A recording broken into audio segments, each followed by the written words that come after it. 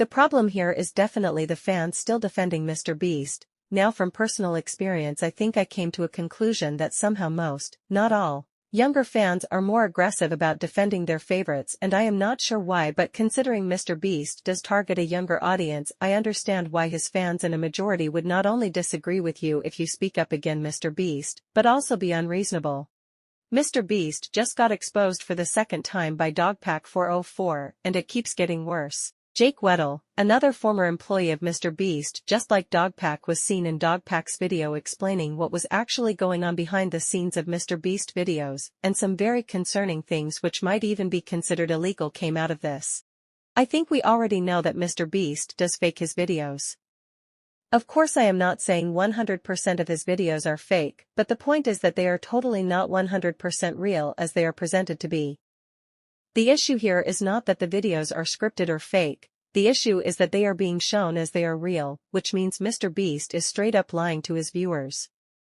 The whole issue with this is that, for example, him saying that he actually gave away thousands of dollars to a random fan or a subscriber makes one believe that they could be one of those fans and subscribers in the future. I mean, this is not something that is just happening by itself, with MrBeast not intending to do so, because his comments and video titles and even the content says otherwise.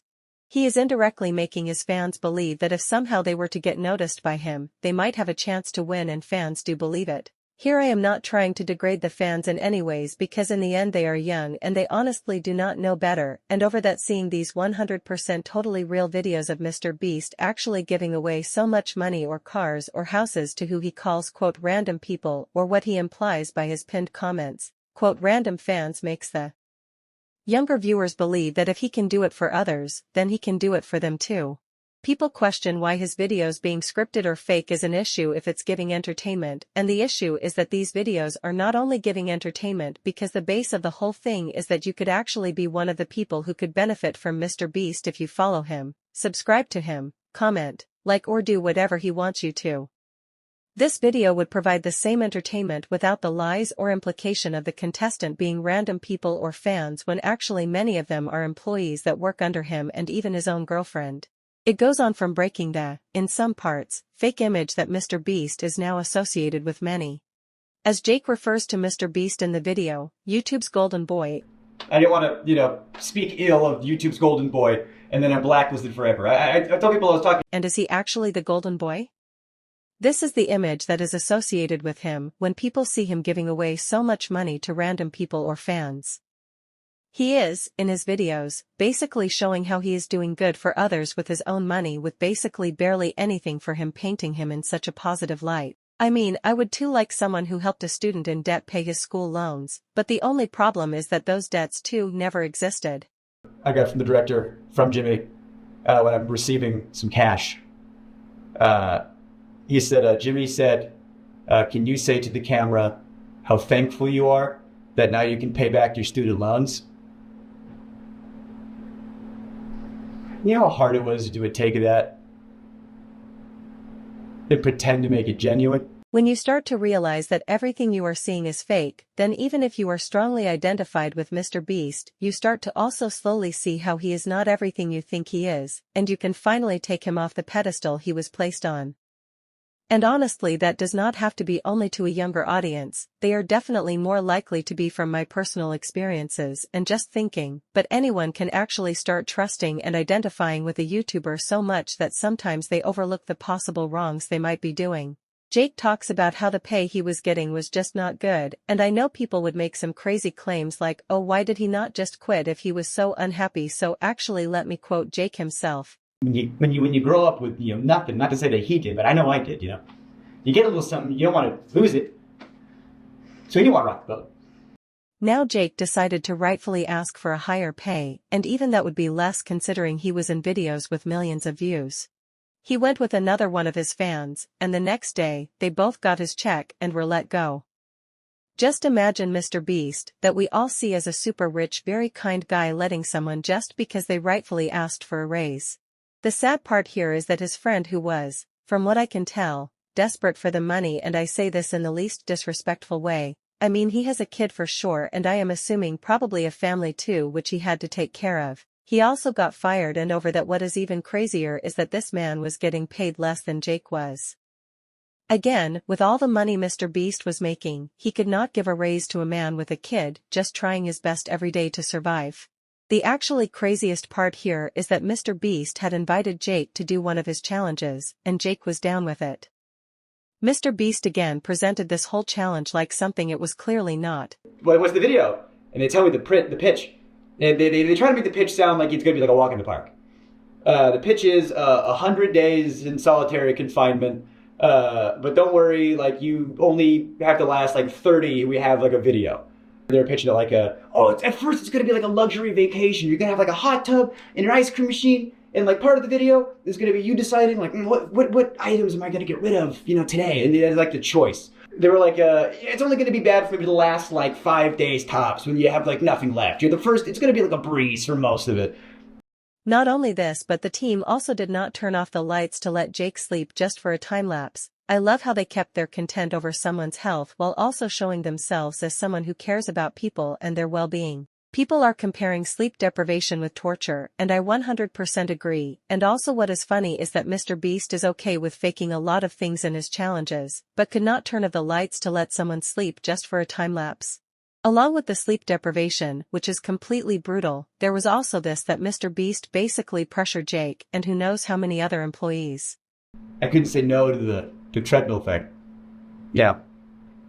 So I people who run marathons train forever, and it's still hard. Again, writer. Do I look like I run? I don't run, let alone a marathon, let alone that training for it. So I was in a sunlightless, Say no? Like, did you have a choice, or? Based on the Rubik's Cube thing and based on all the other stuff, like there was so much pressure to just do it, just do the thing, and if I refuse, it's just, that's the whole video. I guess the budget's, so much money up in flames because Jake said he wouldn't want to do the thing. And so I wanted to be a good sport, and I wanted to get the boost, and I wanted the cash, and so I started running at 12.